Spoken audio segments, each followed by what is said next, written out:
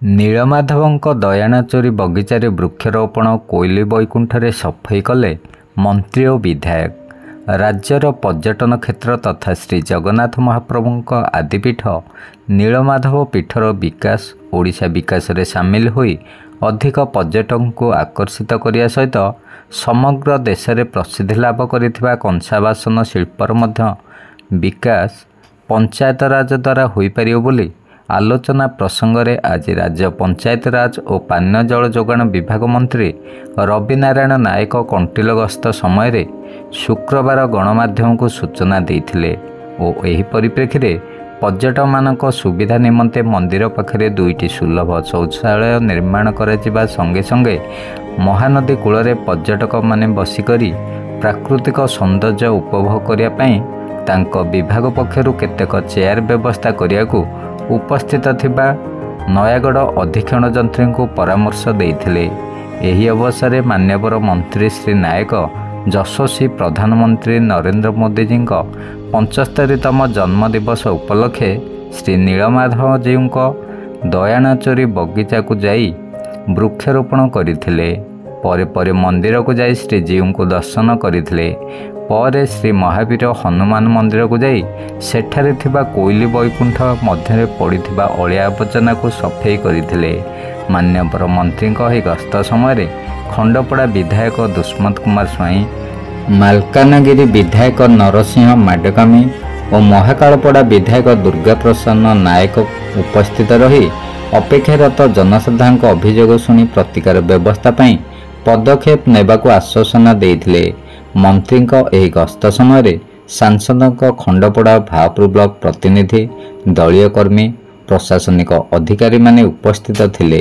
ପ୍ରାରମ୍ଭରେ ଐତିହାସିକ ପର୍ଯ୍ୟଟନ କ୍ଷେତ୍ର ଶ୍ରୀ ନୀଳମାଧବଙ୍କ ପୀଠରେ ମନ୍ତ୍ରୀ ଓ ବିଧାୟକମାନେ ପହଞ୍ଚିବା ପରେ ଫୁଲତୋଡ଼ା ଉତ୍ତରୀୟ ଦେଇ ସମ୍ବୋଧିତ କରାଯିବା ସହ ବାଜା ବାଣ ଫୁଟାଇ ସ୍ୱାଗତ କରାଯିବା ସହ ମନ୍ଦିର ନିକଟକୁ ପାଛୋଟି ନିଆଯାଇଥିଲା। ତେବେ କାର୍ଯ୍ୟକ୍ରମ ଶେଷରେ ମନ୍ତ୍ରୀ ଓ ବିଧାୟକମାନେ ବଡ଼ମ୍ବା ନିକଟସ୍ଥ ମା ଭଟ୍ଟାରିକାଙ୍କ ଅଭିମୁଖେ ଯାଇଥିବା ଜଣାପଡ଼ିଛି। କଣ୍ଟିଲୋ ହେଉଛି ଆମ ଓଡ଼ିଶା ପ୍ରଦେଶର ତଥା ଜଗନ୍ନାଥ ସଂସ୍କୃତିର ଇଏ ହେଉଛି ମେରୁ। ଏଇଠି ହିଁ ପ୍ରଭୁ ଜଗନ୍ନାଥଙ୍କର ଆବିର୍ଭାବ ହୋଇଥିଲା। ଏଇଠୁ ସେ ଏ ଯେଉଁ ନୀଳକନ୍ଦର ଏ ନୀଳକନ୍ଦରୁ ସେ ପୁରୀକୁ ଯାଇଥିଲେ ଏବଂ ଆଜି ପୁରୀ ଠାବ ହୋଇଛି। କିନ୍ତୁ ଯେଉଁ ନୀଳକନ୍ଦରରେ ଜଗନ୍ନାଥ ମହାପ୍ରଭୁଙ୍କର ଆବିର୍ଭାବ ହୋଇଥିଲା, ଆଜି ତା'ର ରକ୍ଷଣାବେକ୍ଷଣ ସହିତ ଆହୁରି ଉନ୍ନତ କରିବା ପାଇଁ ସମସ୍ତଙ୍କର ଚିନ୍ତନର ଆବଶ୍ୟକତା ଅଛି। କିଛି ଦିନ ଆଗରୁ ମହାମହିମ ରାଷ୍ଟ୍ରପତି ବି ଆସିଥିଲେ। ଓଡ଼ିଶା ସରକାରଙ୍କର କଳ୍ପନା ଯେ ଆଗାମୀ ଦିନରେ ଆମେ ଓଡ଼ିଶାକୁ ଉର୍ଦ୍ଧ୍ୱକୁ ଯଦି ନେବାକୁ ହେଲେ ଆମର ଯେଉଁ ଐତିହ୍ୟ ଅଛି, ଆମର ଯେଉଁ ପରମ୍ପରା, ଆମର ସଂସ୍କୃତି ଭିତରେ ଯେଉଁ ଐତିହ୍ୟ ଲୁଚି ରହିଛି ତାକୁ ହିଁ ପୁନର୍ଜୀବିତ କଲେ ଯେ ଓଡ଼ିଶା ବିକଶିତ ହୋଇପାରିବ। ସେହି ଦୃଷ୍ଟିରୁ କଣ୍ଟିଲୋର ଉନ୍ନତି, ନୀଳମାଧବଙ୍କର ଉନ୍ନତି ଆବଶ୍ୟକ ମନେ କରୁଛି। ଆଜି ସମସ୍ତ ଦଇତାପତିମାନଙ୍କ ସହିତ ମୋର ଯେଉଁ ବାର୍ତ୍ତାଳାପ ହେଲା, ଏ ବାର୍ତ୍ତାଳାପରେ ଯାହା ଆସିଛି ଆମେ ଆଉ ଟିକେ ଆଗକୁ ଆଜ୍ଞା ବଢ଼ି କାମ କଲେ ଏହା ବି ଆମେ ଉଦାହରଣ ଦେଉଛୁ ଯେ ଅନ୍ୟ ଭଳିଆ ହେବାକୁ। ଆମ ଭଗବାନଙ୍କର ପୀଠସ୍ଥଳୀ ଆମେ ତାକୁ କେତେ ସୁନ୍ଦର କରିପାରିବା ସେ ପ୍ରକାର ସରକାର ଚିନ୍ତନରେ ଅଛି। ମୁଁ ଆଜି ଆସିଛି, ସେସନ୍ ଚାଲିଛି। ଭିତରେ ମୁଁ ମୁଖ୍ୟମନ୍ତ୍ରୀଙ୍କ ସହିତ କଥାବାର୍ତ୍ତା ହେବି।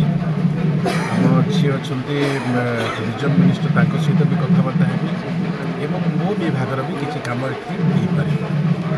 ଆମେ ପଞ୍ଚାୟତରାଜ ବିଭାଗ ତରଫରୁ ଆମର ଉନ୍ନତି ଟିକେ ପାଣିର ବ୍ୟବସ୍ଥା ଅଛି। ଆଜି ଡିପାର୍ଟମେଣ୍ଟ ଅଧିକାରୀଙ୍କୁ କହିଛି ପାଣିର ବ୍ୟବସ୍ଥା କରିବା ପାଇଁ। ଶୌଚାଳୟର ବ୍ୟବସ୍ଥା ଅଛି। ଆମେ SBMରୁ ଆମେ ଭଲ ଶୌଚାଳୟ ବି କରିବୁ। ସେ ପ୍ରକାର ମୁଁ ଆଜି ତାଙ୍କୁ କାର୍ଯ୍ୟାନ୍ୱୟନ କରିବା ପାଇଁ ଏବେ आगामी दिन में जो आवेगता अच्छी एठिकार भक्त मान एठिकार जो मैंने पूजक अच्छा जो आवेगता अच्छी निश्चित भाव में आम जगन्नाथ प्रभुंर आशीर्वाद ये सरकार होती जगन्नाथ महाप्रभुंर जो भी जहाँ अच्छी निश्चित भाव में ये सरकार तार उन्नतिर पदक्षेप नेब बोली मोर विश्वास अच्छी और से विश्वास आम भाजन हो पार।